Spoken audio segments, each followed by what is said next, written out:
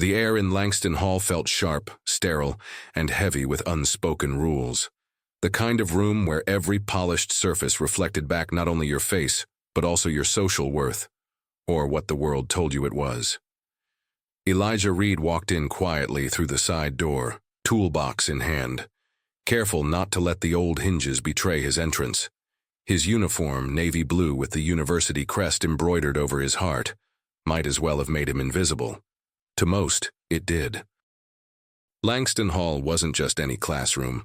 It was a chamber of calculated intimidation. The elite of Westbridge University gathered here, heirs to old money, legacies of men whose names adorned libraries and law schools. The walls were lined with black and white portraits of past deans and laureates, none of whom looked like Elijah, none of whom ever would, or so this place believed. At the front of the room, Professor Raymond Whitaker paced with theatrical arrogance. His silver hair gleamed under the old chandelier, and his voice carried the kind of disdain disguised as academic rigor. "Ladies and gentlemen," he declared to his select audience, "today we address the most unsolvable problem in theoretical physics, one that has outwitted men far your superior. But then again, this is Westbridge. Perhaps one of you will rise to the occasion." The students chuckled, shifting in their leather seats, all except for one young woman in the back, Nora Clark, who watched Elijah with quiet curiosity. Elijah set his toolbox beside the broken projector, unfazed by the echoes of inherited confidence around him. He'd grown up understanding this dynamic. His mother, Denise Reed, had scrubbed hospital floors while quoting physics texts she read in borrowed library books.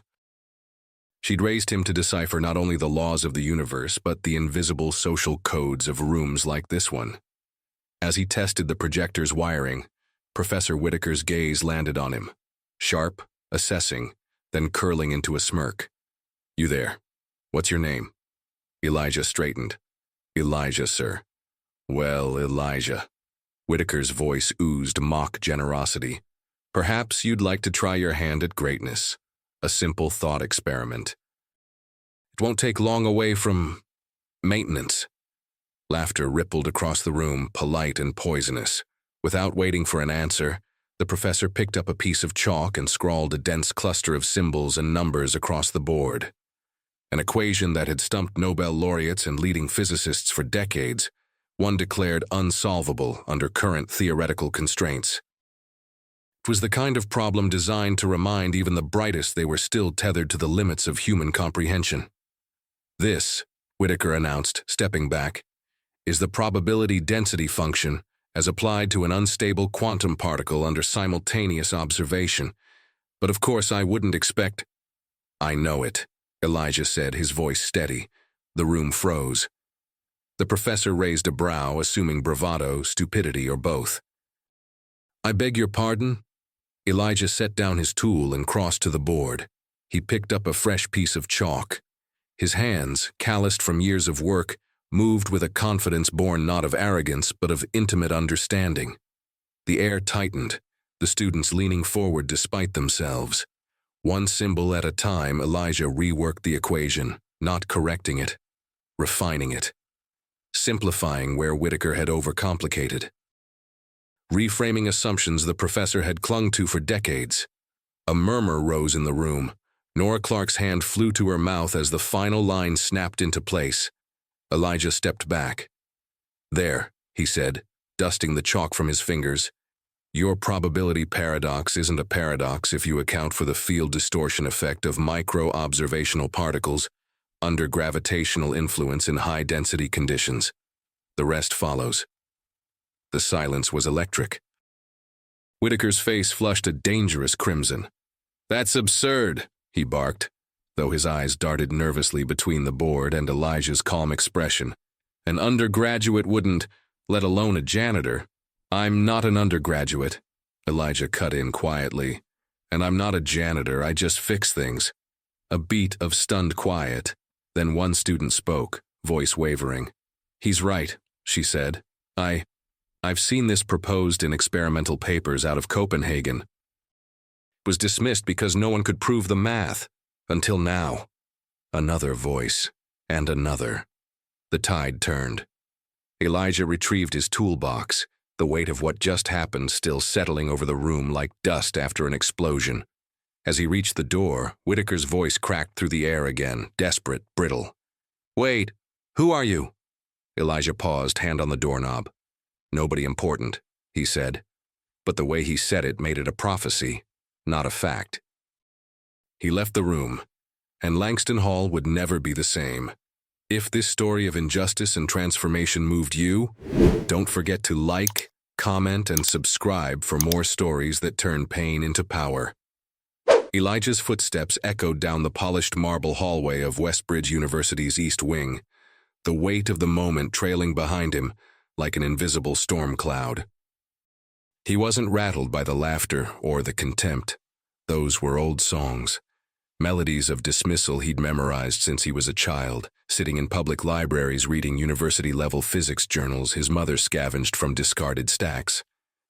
But this was something else. This was exposure. Back in Langston Hall, the air hung thick, the chalky scent of old erasers mixing with the sour tang of embarrassment. Professor Whitaker remained frozen before the board, his lips pressed in a line so thin it nearly disappeared. His students, usually quick to mirror his scorn, sat in stunned silence. Even the pretense of intellectual detachment had cracked. It was Nora Clark who finally spoke, her voice cutting through the tension like a scalpel. "Who is he, sir? What he just did? That's not normal."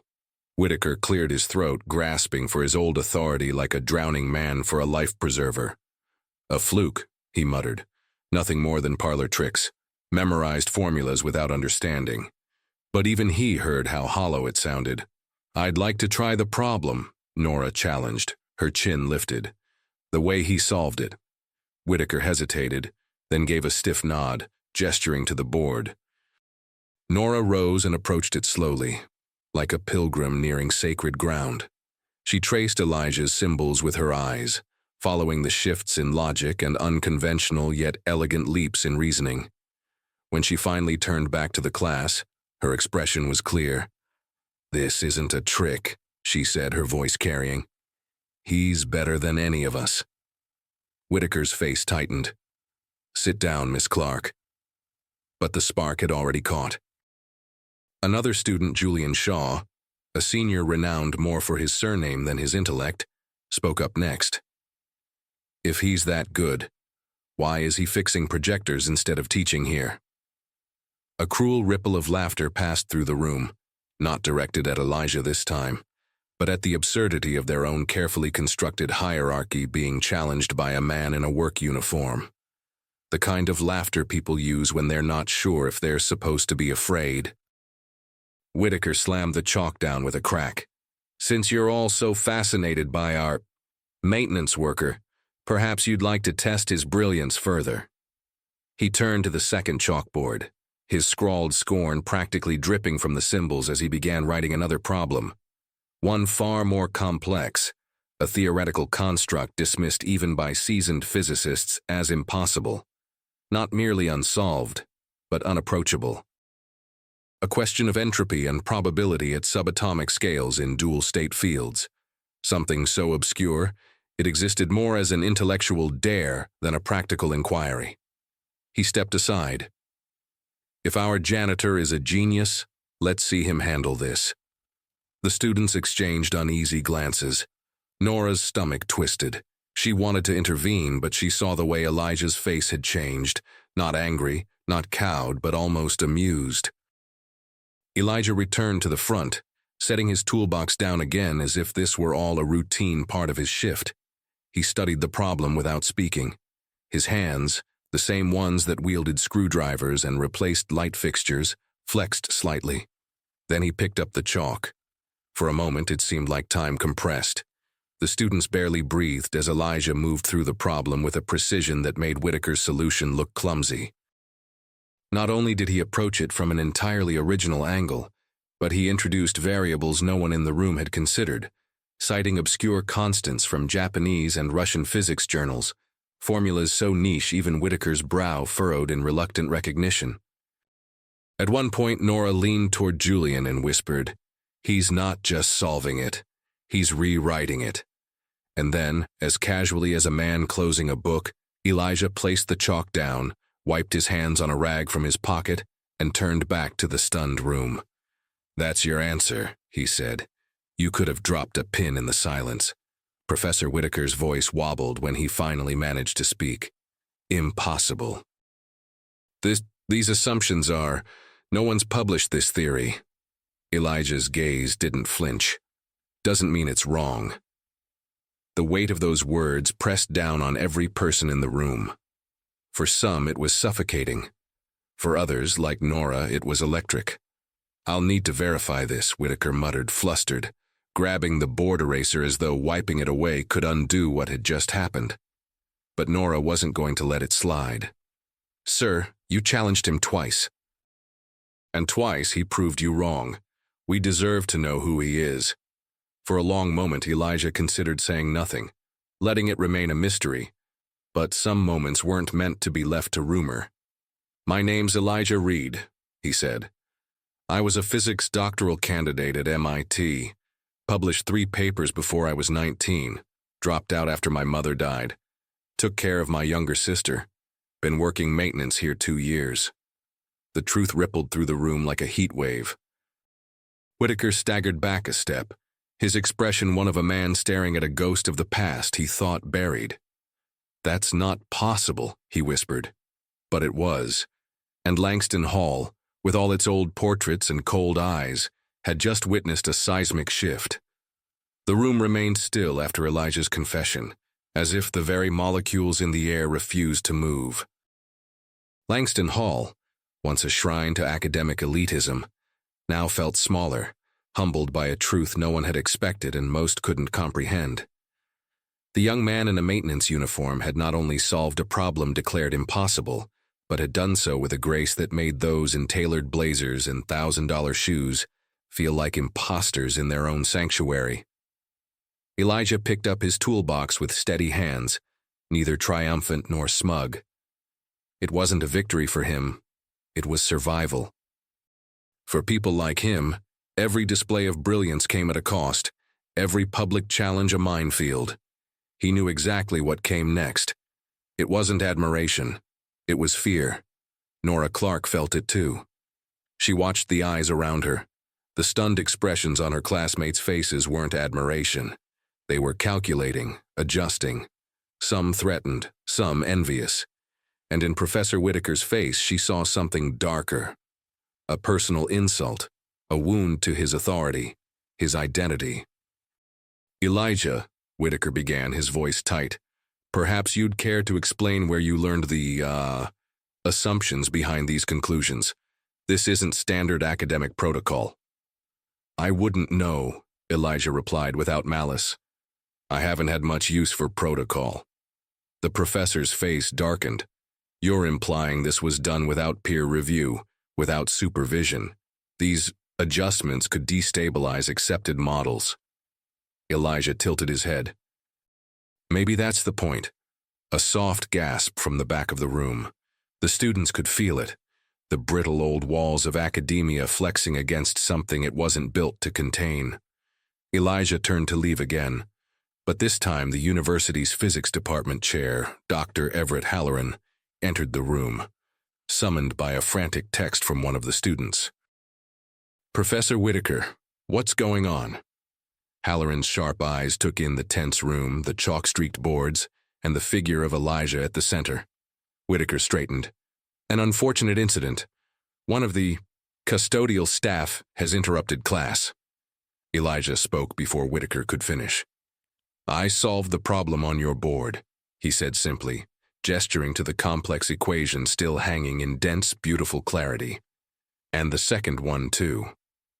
Halloran's gaze narrowed. He crossed the room, inspecting the board like a man scanning for signs of forgery. His lips moved silently as he followed the logic. At the halfway point, his brows furrowed. By the end, his face had gone pale. "Good God," Halloran whispered. Nora leaned forward. "It's valid, isn't it?" The department chair didn't answer right away. He seemed almost afraid to admit it aloud. Finally, he spoke. "This changes everything." The class erupted in a dozen murmured conversations. Questions about the theory, about Elijah, about how something like this could happen under their noses.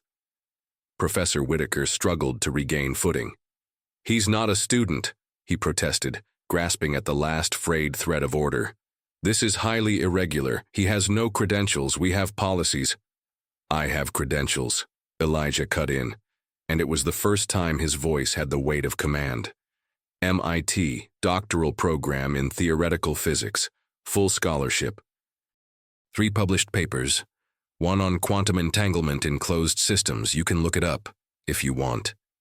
Silence fell again. Nora felt something shift inside her, like tectonic plates grinding into a new configuration. She wasn't just witnessing a moment. She was watching the exact second a system cracked. "How are you here, then?"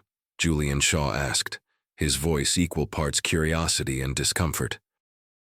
"I mean, fixing projectors?" Elijah looked at him, not with anger, but something deeper. Pity. "My mother got sick," Elijah explained quietly. "She was a physics teacher in a school that didn't have a name on the door. She raised me on library books and lectures she couldn't afford. When she died, I had a sister to feed and rent to pay. So I did what needed doing. You know how many job offers you get when you look like me and your resume says genius in a world built to pretend you don't exist?" The words landed like hammer strikes. In this space, where privilege was as natural as air, the room suffocated. Dr. Halloran spoke carefully. "Elijah, we should discuss—" "No," Elijah said, holding up a hand. "I'm not here for your apologies or your offers. I came to fix a projector. You made it personal." "I handled it." And just like that, he moved for the door. Only Nora followed.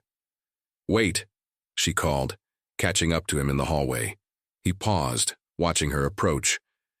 "You don't have to disappear. Not again." Elijah smiled, but it wasn't a happy one. "I appreciate that, but you don't understand how these places work." She stepped closer, eyes fierce.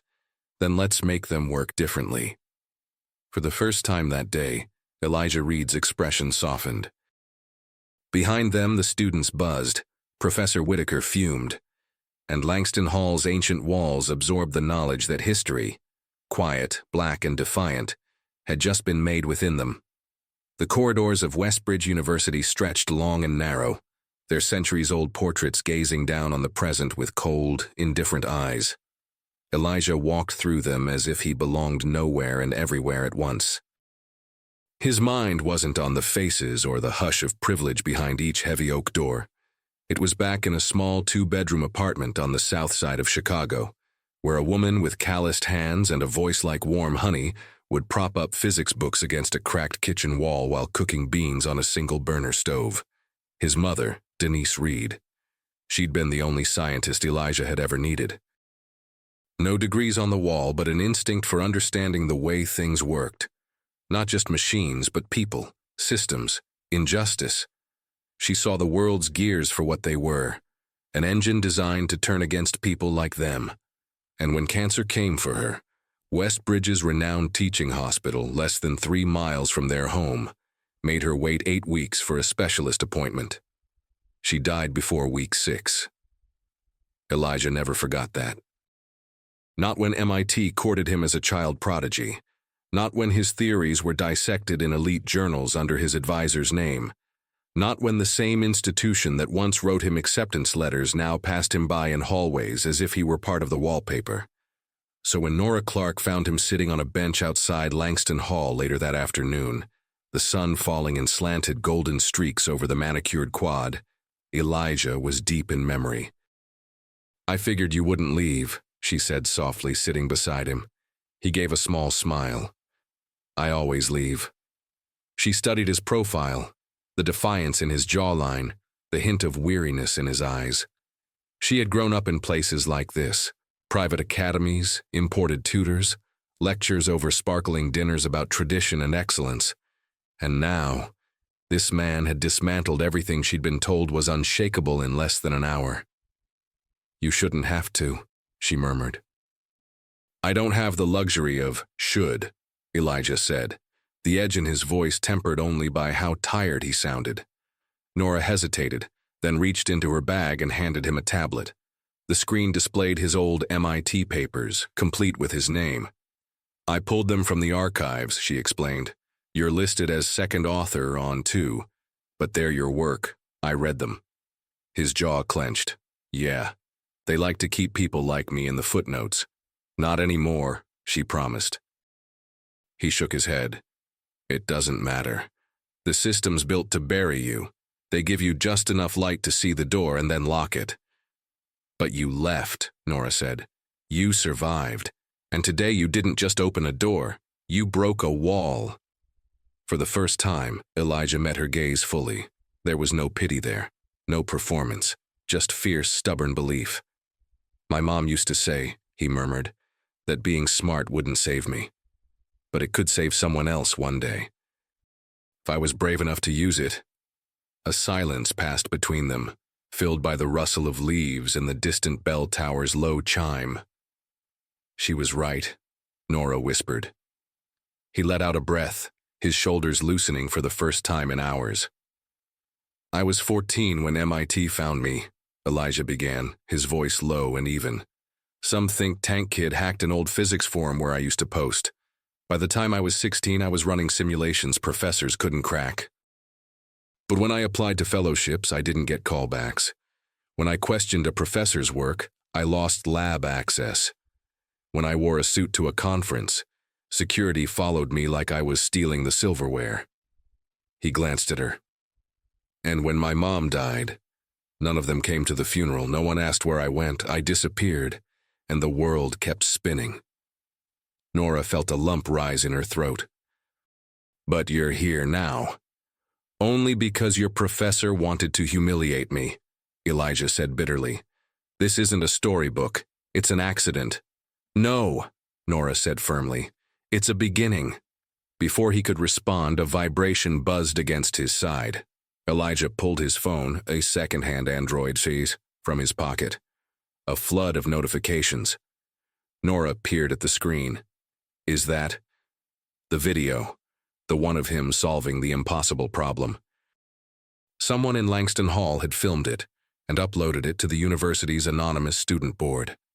The post had exploded.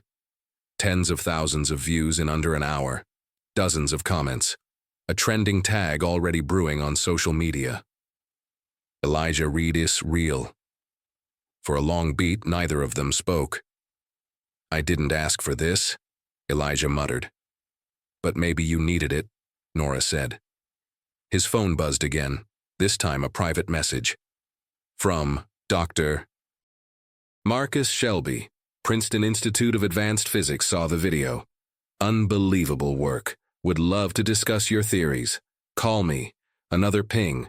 From Naomi Blake, Wired Magazine. Your story deserves to be told. Interview and another. From MIT Alumni Relations. Would you be open to visiting the campus? Elijah exhaled sharply, the weight of the moment crashing down. You see, he said, eyes narrowing, they only come when it's safe. When the world's watching. Then make them watch, Nora urged, but on your terms. For the first time since Langston Hall, Elijah's smile wasn't bitter. Yeah, he said softly. Maybe it's time. The sun dipped below the horizon, and for the first time in a long time, Elijah Reed didn't feel invisible. News traveled through Westbridge University faster than scandal, faster than truth, and this somehow was both. By nightfall, Elijah's name was on every set of lips, spoken with the hushed thrill of a ghost story and the careful calculation of opportunists scenting blood in the water. The video had gone beyond the university's borders, picked up by physics blogs, Black STEM advocacy groups, and civil rights forums. Twitter threads dissected the equations Elijah solved frame by frame. Reddit lit up with debates over how a genius had been relegated to fixing projectors, while students who barely passed calculus were destined for tenure. and inside the Westbridge administrative wing, the crisis machine spun into motion. A hastily assembled group of white-haired men in tailored suits, and one carefully selected black administrator, Dean Clarissa Milton, a woman hired to prove diversity on the brochures but denied real authority, gathered in the boardroom. The room itself was a study in silent arrogance. Mahogany walls, a chandelier older than women's suffrage, oil portraits of men whose gazes seemed to weigh every word spoken within. "Gentlemen," began Provost Edward Halloway, voice clipped, "we have a situation." A projector screen flickered to life, displaying the viral video. Elijah at the board, the impossible equation dissolving under his hand, Professor Whitaker's flushed, panicked face. "This cannot stand," Halloway continued. Dean Milton cleared her throat. "With respect, what exactly cannot stand here, Provost? That a man solved the problem, or that the internet knows about it?" No one met her gaze. "This could reflect very poorly on our recruitment and alumni donations," another board member muttered. "You know how sensitive people are these days." "Not to mention the press inquiries," said another. "The Times, the Journal. And someone from the Atlantic emailed an hour ago." Professor Whitaker, seated near the end of the table, spoke up at last. "I propose we offer him a transitional fellowship, something cosmetic. It'll quiet the media, and after a semester we move him along. No tenure track." Dean Milton's expression hardened. "You mean you want to use him?" "Let's not be dramatic," Halloway snapped. "It's strategic. We cannot have this outburst dictate our academic protocols." "Outburst?" Milton echoed, her voice icy. "You mean excellence?" The room tensed. "This university prides itself on meritocracy," another administrator added, ignoring her. "But perception matters. If we don't control the narrative, we risk accusations of what?" Milton cut in. "Of being exactly what you are?" They stared at her as though she'd set the tablecloth on fire, but none refuted it. Milton rose, smoothing her suit. "Do what you want, but you should know something. The student body isn't with you anymore. Neither is half your faculty. I've taken 43 calls tonight. Professors of color, alumni who've waited decades for someone like Elijah to kick the cracks in these walls a little wider." She moved toward the door. "And whether or not you recognize it, this place is already different." With that, she left them in their silent, gilded room. Meanwhile, across campus, the students were gathering. Not in protest, not yet. But in the hush before it, the gathering heat of something righteous. Nora stood on the steps of Langston Hall, where word of mouth had drawn a cluster of undergrads and grad students alike. Black, brown, white, Asian, queer, immigrant, a spectrum of those often told they existed here by grace, not by right. "Elijah's not a ghost story," she told them. "He's proof of how this place buries people. How many more of us get passed over, muted, dismissed?" Voices murmured agreement. A few fists rose. A first-year student spoke up. "What can we do?" "We start by making sure he isn't erased again," Nora said. A girl from the sociology department, Maya Barnes, raised her phone. "We launch a petition, not for a token fellowship, for a full tenured position, or a research chair, something real, and we demand a review of faculty hiring practices while we're at it." Cheers this time. Not loud, but fierce. By midnight, the petition was live. By dawn, it had 70,000 signatures. And in a small apartment 3 miles from campus, Elijah Reed sat by his window, his sister Aliyah sleeping in the next room, his phone buzzing every minute with a new message. Job offers, journalists, old classmates from MIT, a congresswoman. But it was one message, quiet and direct, that made his chest tighten. From Dean Clarissa. "Milton, you don't owe them a damn thing. But if you want to burn this old place down together, figuratively, of course, I'm here. Say the word." He stared at it for a long time. Outside, the first light of dawn smudged the horizon, and for the first time since his mother's funeral, Elijah Reed felt something he hadn't dared to name in years: hope. By morning, Westbridge University was no longer a campus, but a battlefield. Not one marked by riot police or smashed windows, but by words, petitions, hashtags, open letters signed by tenured professors who, until now, had always kept their heads down. The tremor Elijah Reed started in Langston Hall had become a seismic shift. The university president's office released a statement just before sunrise, carefully worded and empty of true substance, commending the extraordinary contributions of emerging talents from diverse backgrounds. No mention of Elijah by name, no acknowledgement of the problem. It was an old trick: diffuse, delay, dismiss. But the world wasn't in the mood for tricks. Nora Clark read the statement from her phone as she marched across the quad, students falling into step beside her.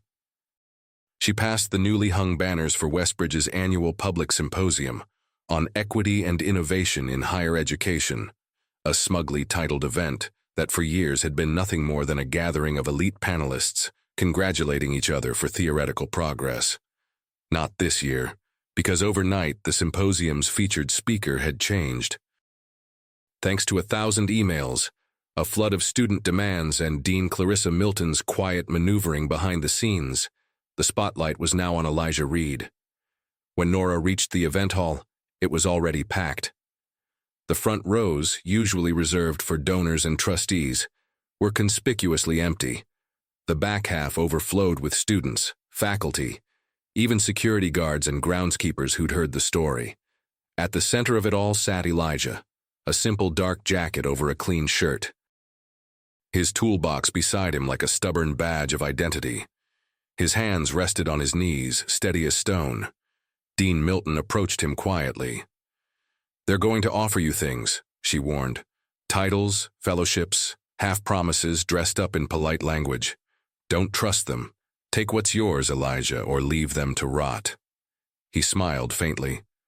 "I didn't come here to be anyone's token." "Good," she said, straightening. Nora found him a minute later. "You okay?" "Not really," he admitted. "But I don't plan on being quiet either." When his name was finally called, it was to a standing ovation, not out of courtesy, but genuine defiance against the centuries-old weight pressing down on this place.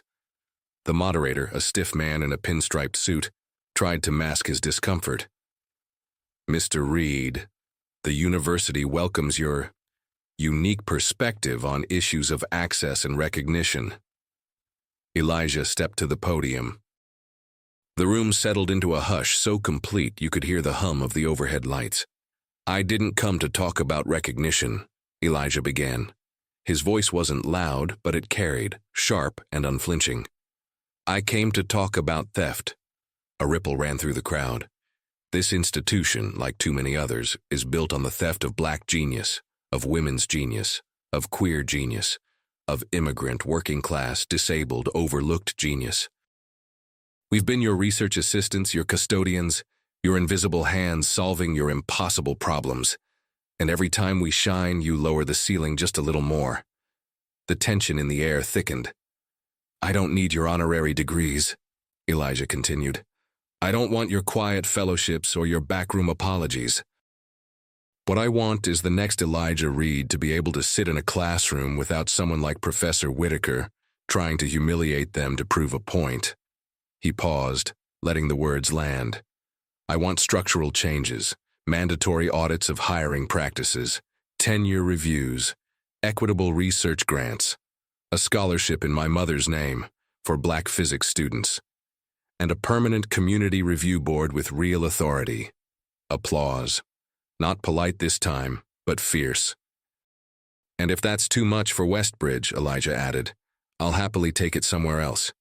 Because you need us more than we ever needed you." The room erupted. The moderator fumbled with his notes. Dean Milton smirked. Whitaker, watching from the back, paled. A news outlet live-streamed the entire thing. By the time Elijah stepped down, his phone vibrated with new messages. Invitations to speak at Yale, Oxford, Caltech. Funding offers from progressive tech companies and scientific nonprofits. But Nora was already by his side.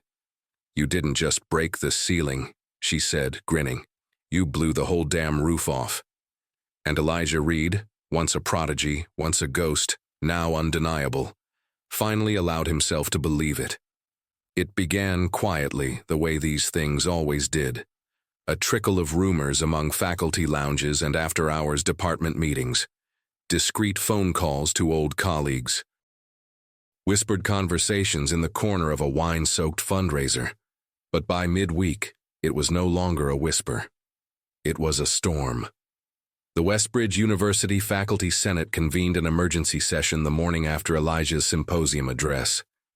The mood was volatile. Some of the old guard clung to their traditions like life rafts, while younger professors, adjuncts, and marginalized staff saw a long-awaited reckoning on the horizon. At the heart of it stood Professor Raymond Whitaker. He arrived late, shoulders squared, his tailored jacket immaculate, but the tremor in his hand betrayed him. He scanned the room and saw faces he'd once counted as loyal, or at least indifferent, now looking away. Dean Clarissa Milton sat directly opposite, her expression unreadable. The faculty chair, an aging historian with decades of procedural muscle memory, cleared his throat. We're here to review the conduct of Professor Whitaker regarding the incident in Langston Hall and prior allegations of discrimination and academic misconduct. Whitaker bristled. Allegations? Based on what? The theatrics of a... You'll address the chair. The historian cut him off, an edge to his voice. A junior professor rose, thick file in hand. We've compiled a record of incidents, some going back 15 years. Denied research opportunities for students of color. Public disparagement. Blocking tenure-track promotions for candidates deemed unsuitable. Misattributing research. Multiple reports of harassment dismissed by administrative allies. As the file pages fanned across the long oak table, Whitaker's veneer cracked. His gaze darted between the damning evidence and the room's shifting temperature. I demand to see these so-called reports, he barked. They're in your personnel file, Raymond. Another professor, once a close ally, said quietly. You knew they were there. Then came the final blow. Nora Clark herself entered the room, a folder under one arm. I wasn't going to speak, she said, her voice clear and unwavering. But I owe it to every student who's sat in this man's classroom and been made to feel small. She placed a printed statement on the table, her signature scrawled across the bottom. I was told by Professor Whitaker more than once that I should find a softer field, that theoretical physics wasn't a good fit for women, particularly ones like me. I have the emails, I have witnesses, and after what happened with Elijah Reed, we all know it wasn't an isolated case. For a moment, no one moved. Then Dean Milton spoke. Effective immediately, Professor Whitaker is suspended pending termination proceedings and a formal investigation by the university's Equity and Compliance Office. His access to campus facilities and university networks is revoked. Whitaker surged to his feet. You can't do this to me. But no one answered. His nameplate was already being removed from the table. He turned toward the exit, only to find a security officer waiting at the door. As Whitaker was escorted out of the faculty hall, the campus outside was already alive with the news. Students gathered in clusters. An impromptu rally formed on the central quad. Signs reading, "On Elijah Reed is real and dismantle the ivory tower" waved in the bright spring air. Elijah watched from a distance, leaning against a brick wall, his toolbox still beside him. It was never about personal revenge. It was about weight. About breaking the 1,000-pound stone universities kept pressing down on people like his mother, like him, like every young mind told to know their place. Dean Milton approached, a rare smile playing at the edge of her lips. Well, she said. We cracked it. He chuckled softly. You really think one man's fall fixes this? Not by a long shot, Milton admitted. But it's a start.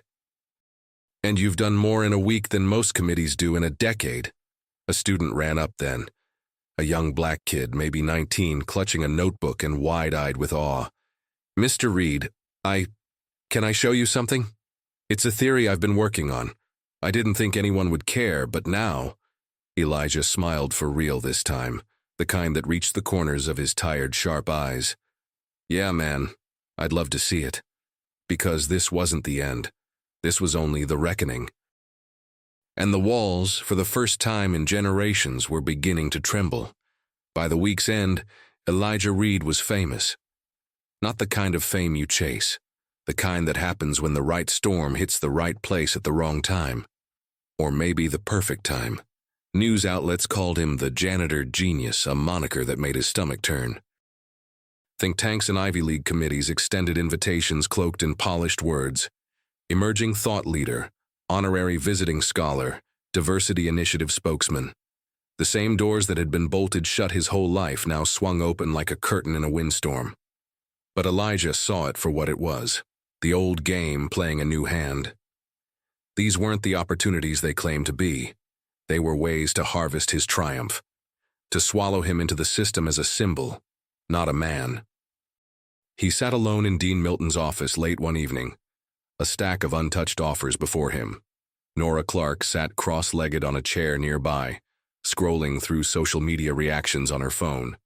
Every time she found a cruel comment, affirmative action hero, token physicist, lucky janitor, her lips pressed into a thinner, tighter line. "You don't have to take any of it," she told him. "Not one thing you don't want." Elijah leaned back in the chair, hands laced behind his head. "You know what the worst part is?" She looked up. "I waited years to get these calls for real opportunities, and now, when I finally have them, all I can hear is my mom's voice saying, 'If they didn't see you before you went viral, don't trust them after.'" Nora nodded, the truth of it bitter in her throat. At that moment, Dean Milton entered, a thin folder in her hand. She placed it on the desk. "I know you're weighing your options," she said carefully, "and you should. But I thought you should see this before you decide." Elijah opened the folder. Inside was a letterhead stamped from a state university in Georgia, one his mother had applied to teach at 3 times and was denied every time. A new initiative, she explained.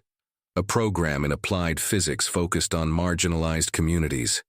They'd seen Elijah's story, yes, but more importantly, they'd read his papers, his research, and they wanted to fund his work on his terms. No honorary titles. No photo ops. A real position. A full lab. His own students. Elijah stared at the page for a long time. "They're naming the lab after your mother," Milton added softly. "The Denise Reed Center for Theoretical Physics." His throat tightened. "Sometimes," she said, "the place you rebuild from isn't the one that broke you." He couldn't speak, just nodded. Nora was already beaming. "Say yes, Elijah." But he wasn't done here yet. The following afternoon, he returned to Langston Hall one last time. The same old faces now wore tight, professional smiles. Administrators eager to publicly reconcile. Journalists hoping for sound bites. The university had hastily renamed the symposium's annual keynote the Elijah Reed Lecture on Equity in Science. A hollow gesture if there ever was one. And they offered him a position, distinguished scholar in residence. Elijah stood on that stage, looking out at the sea of well-dressed people who had once ignored him as he fixed their projectors. And when he spoke, it wasn't to accept. "I've been offered many things this week," he began. "A title here, a speaking tour, a handful of institutional apologies. But I'm not interested in being a symbol for a university that only found my name useful after a scandal." The murmuring began. "I'm taking my work somewhere that never told me I didn't belong. And while you hang my picture in your diversity brochures, I'll be building something real, with students who don't have to perform gratitude to be heard." The murmurs rose. "And let me be clear," Elijah's voice sharpened. "This isn't forgiveness. It's survival." He stepped down. As he left the hall, he passed by the portrait of one of Westbridge's earliest presidents, a man who'd once written treatises on the biological limitations of black intellect. Elijah paused just long enough to whisper, "Watch what comes next." And then he walked out of Westbridge University for good. He didn't look back. That evening, Nora found him under the same oak tree where this had all started. Toolbox gone, new acceptance letter in hand. "You sure about this?" she asked. "Yeah," he smiled. "It's time to stop proving myself to people who never meant to listen. I'll build something they can't ignore." Nora nodded. "Then I'm coming too." He raised an eyebrow. "You serious? I've got applications pending for every post-grad program in the country. Why not pick one where the future's actually happening?" For the first time in days, Elijah laughed. Not a sharp, cynical sound, but the real thing. The sound of a man shedding years of exhaustion. The wind rattled the leaves overhead. Somewhere across campus, a bell chimed. And beneath the old oak tree, forgotten genius and future accomplice shook hands. Not as saviors, not as tokens, but as architects. The following month unfolded like a season changing, slow at first, then sudden and irreversible. Word of Elijah Reed's defiance, of his rejection of Westbridge's hollow olive branch, had spread beyond academic circles and into mainstream discourse. Not as a scandal, not as a novelty, but as a reckoning. National think pieces debated the systemic erasure of black intellect. Old videos resurfaced of other scholars denied tenure, of research stolen, of voices silenced in whitewashed laboratories and boardrooms. And always, somewhere in those conversations, Elijah's name flickered like a beacon for every person who'd ever been told to stay in their place. Back at Westbridge, the administration scrambled to contain the damage. The hastily arranged diversity panels rang hollow. Students no longer cared for empty optics. They demanded action. Petitions multiplied. Student groups formed a joint assembly, bypassing university-sanctioned committees. They issued a list of demands: reparative scholarships for marginalized STEM students, immediate review of faculty hiring practices, protections for whistleblowers, and the establishment of an independent academic review board led by external equity auditors. The Board of Trustees resisted at first.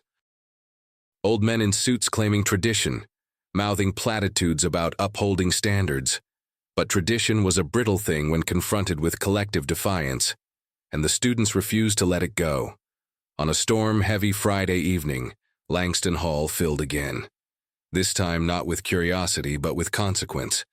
Elijah hadn't planned to return. He'd made peace with his exit, begun laying the groundwork for his new lab in Georgia, already corresponding with young, hungry minds who didn't care about dress codes or legacy surnames. But when Nora called and said, "They need you here one last time," he knew he couldn't stay away. Inside, the atmosphere crackled with tension. Trustees lined one side of the room, students and faculty on the other.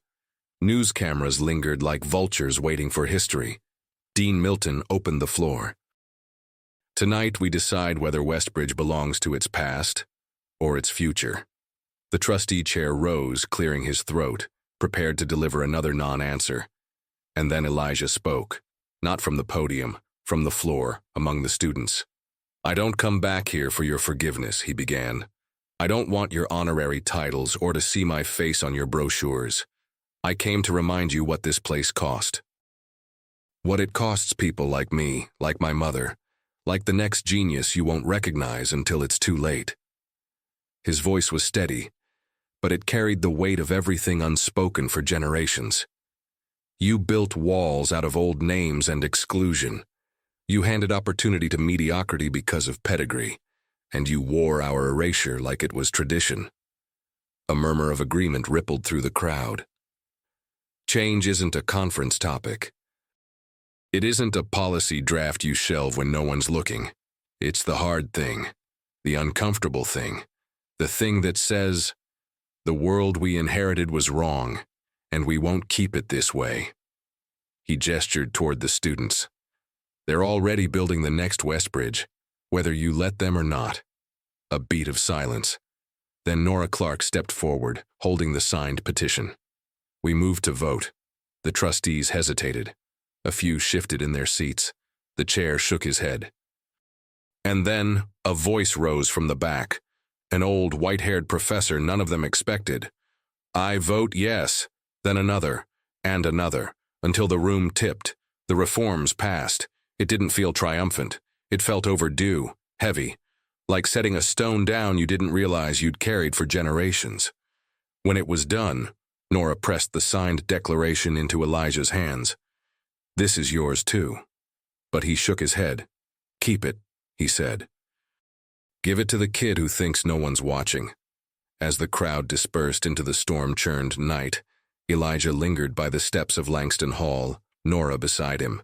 The old building loomed above them, but it no longer felt untouchable.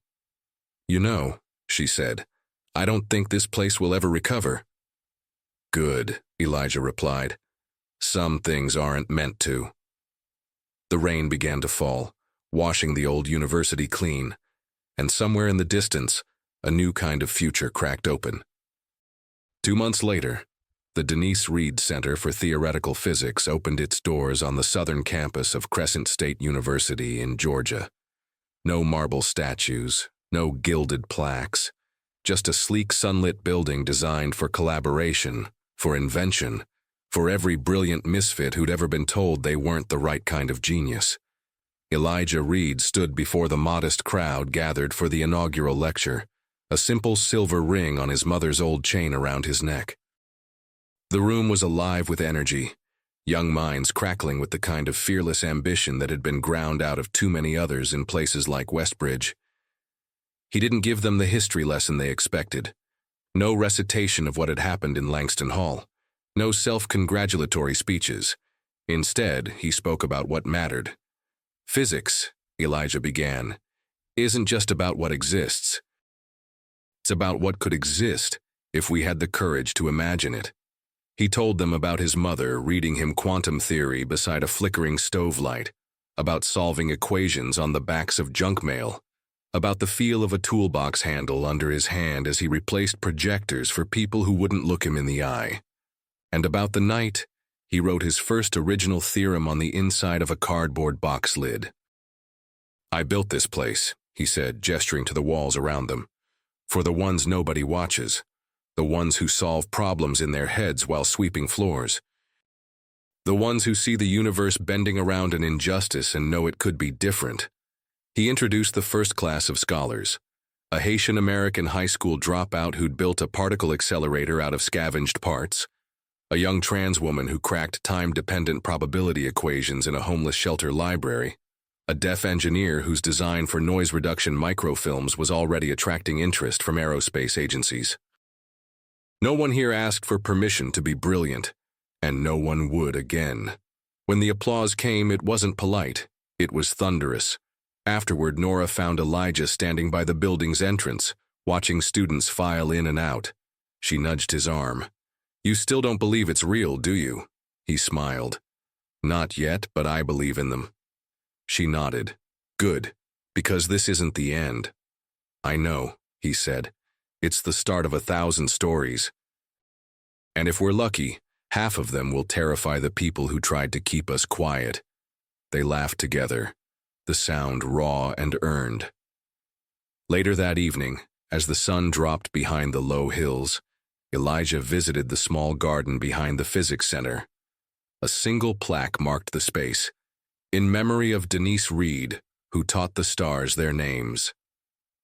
He crouched beside it, fingertips brushing the engraved letters. "Made it, Ma," he whispered. "And this time I'm not alone." A warm wind stirred the leaves. The campus lights blinked on one by one, and far above them, the night sky spun on in silent, infinite testament. Because in the end, genius unclaimed is genius undefeated. It waits, it endures, it rises, and when it rises, it brings the whole damn ceiling down with it.